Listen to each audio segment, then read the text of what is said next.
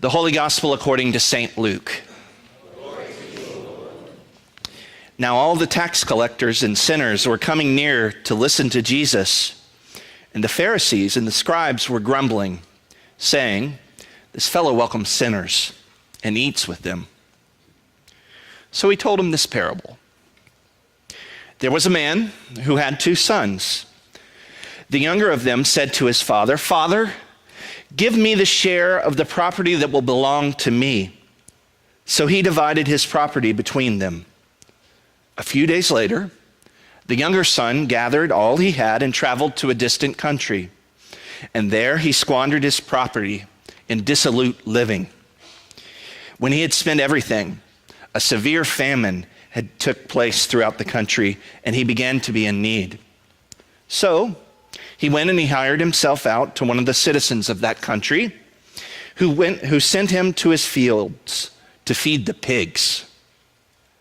He would have gladly filled himself with the pods that the pigs were eating, and no one gave him anything.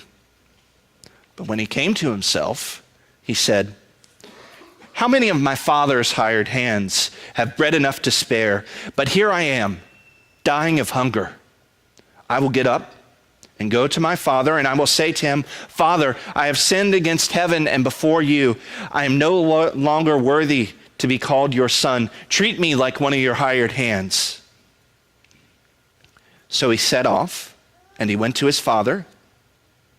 But while he was still far off, his father saw him and was filled with compassion. He ran and put his arms around him and kissed him.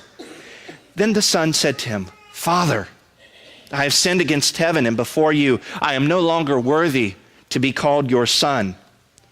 But the father said to his slaves, "Quickly, bring out a robe, the best one, and put it on him.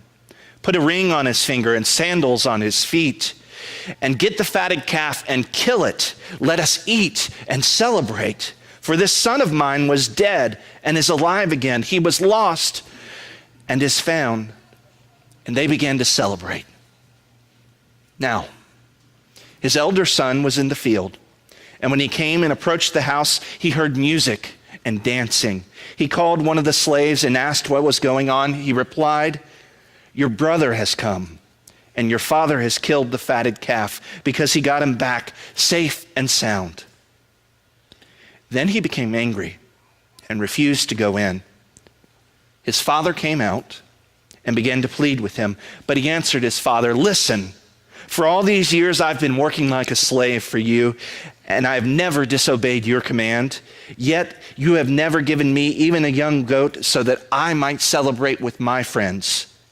But when this son of yours came back, who has devoured your property with prostitutes, you killed the fatted calf for him."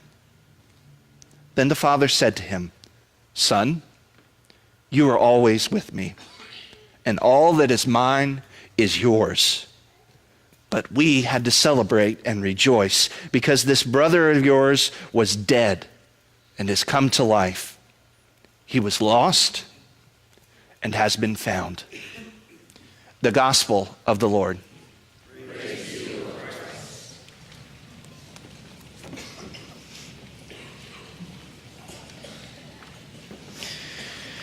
This past week, I was listening to a podcast on the radio, and I was hearing a story of a man who decided to donate his kidney because he felt like he could make a difference in the lives of a lot of people. He read about altruistic kidney donors who helped set off a chain of kidney donors or kidney transplants throughout the country. Essentially, by him donating his kidney, several other people who desperately needed kidney transplants would be able to live. Now, as you can imagine, it's not like someone just pulls up to Methodist Hospital and says, "I want to donate my kidney to a total stranger today." So after a lot of medical and psychological testing, this man was in fact accepted to donate one of his kidneys. One of the things he wanted to do before he did this, after a lot of conversations with both his wife and his grown children, was that he wanted to make sure that he wrote a letter.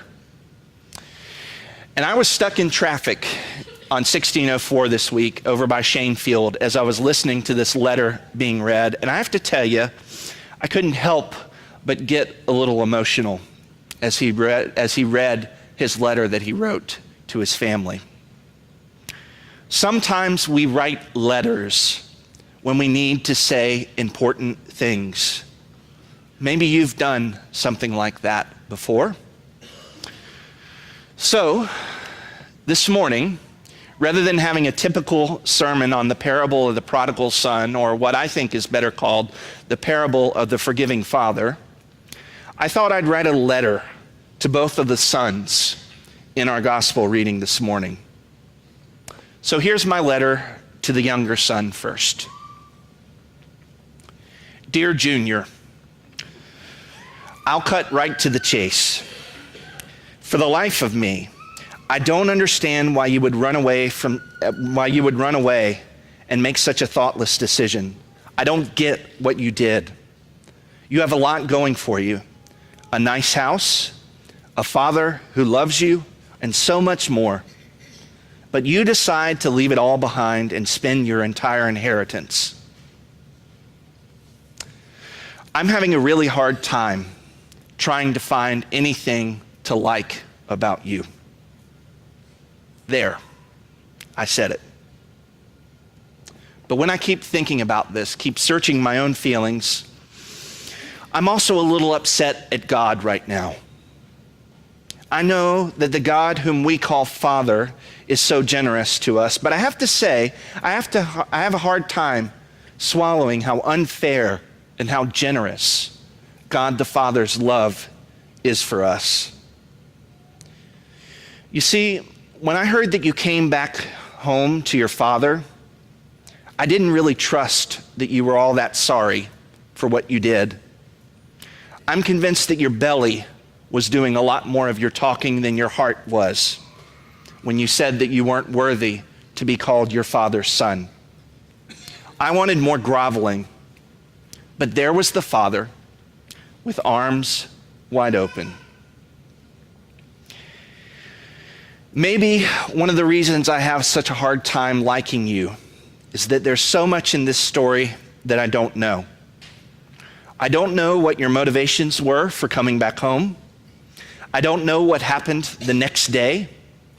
Did you say that you were sorry to anyone? What was your life like after you had that delicious steak dinner? Did you pull your life together? I'll never know. Maybe my not liking you is a little bit more of my problem than it is yours. Because after all, here I am in the middle of Lent when I'm supposed to be thinking about things like charity, and I have to tell you that I have none of it for you. I can't relate to you because I've always been one of those been in church kind of people. But maybe that's not entirely true, because when I think about what you did, I see a lot more of myself in you than I care to admit. When you finally came to your senses and decided that it was time to return home again, you said you were dying of hunger. Now, I've never been physically hungry before, but I know something about the sort of hunger you experienced when you left your father's house. Sometimes my hunger is a good thing. When I hunger for God's justice, peace, and love in my life. But sometimes, like you, I hunger for that which doesn't satisfy. Sometimes I get in moments in my own life when I look around and see what's happening, and I need to realize that I need to come to my own senses. The one thing you and I both have in common is that we both have a Father who is always ready to receive us. No matter where we are or what sort of filth we've gotten ourselves into, The Father always delights in seeing us and welcoming us back to his house. And each time I get welcomed back, it's not a steak dinner with the fatted calf, but instead, it's the Lamb of God. Each time I eat from the feast of the Lamb, I know what it's like to remember my brokenness. But I also know what it's like to be welcomed home and to be restored back into God's family. So in conclusion, Junior, I don't like you. But maybe, just maybe, we're not so different after all. And then the second letter. Dear big brother, I am most sympathetic to you. I can't imagine what it would be like to work day after day in the fields and then to see your dad's son come home after all the havoc he caused. I would have been madder than a hornet's nest when your father gave Junior a robe, a ring, and the fatted calf, and to know that none of it was for you. I can't imagine what it would be like for you to have to look your father and Junior in the eye and have to work with them in the fields. I like that you're so principled, big brother. You're a hard worker, something that I really appreciate. And you're doing all the right things. You know the rules and the customs of your day, and you're pretty clear about the fact that this party that your dad threw for your brother wasn't supposed to happen. There's supposed to be some justice and some consequences for Junior's actions. So you stay outside and you keep working. Bravo for being 100% right. But you're also 100% alone in all of this. At this point, you are the complete outsider who just doesn't get it. Yes, Junior was foolish. Yes, he threw away a big part of his life when he left home. But you know something? You're missing the point. So often we think that life is about what we get out of it. The logic is this: we work hard, we get rewarded. But Jesus lets us know that there's another way to life. Life is not about how hard we work or how much stuff we have. It's all about the grace that God gives to us. Life, at its best, is recognizing just how deep the Father's love is for us. Once we find that out, we can live our lives with something that you seem to be lacking: joy. Because in the end, big brother, I think you miss the point of this life with God thing. We're all outsiders. But somehow, some way, we've all been invited to the party. Not because of anything that we've done, but because of who our Father is. You make the mistake of thinking that you've got the inside track to your Father's good graces, when in fact, we are all outsiders. So while you're out in the field, dutifully being 100% alone, everyone else is partying, celebrating that Junior, at least for the time being, has stopped doing any damage. So what if you were to put aside your bitterness and to trade it in for some joy? Because hey, I hear the fatted calf tastes pretty good. Big brother, there's still time for you to come to the party. The story doesn't have to end with you staying outside. Your brother, your father, and everyone else is waiting for you. You get to write the ending. Hope to see you at the feast.